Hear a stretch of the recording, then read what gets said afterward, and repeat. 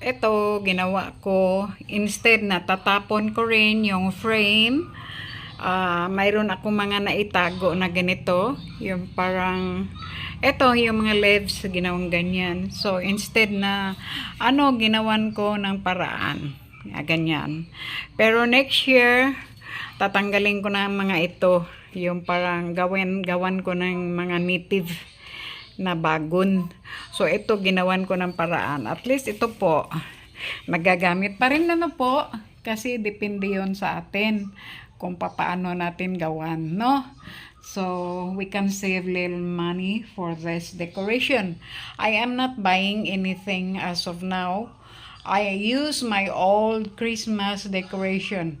But I don't have any Christmas tree kasi I'm tired of parang I need to bring it back here. Nasa ibang ibayo. So this is it. Ayan. Ginawan ko ng paraan. Thank you.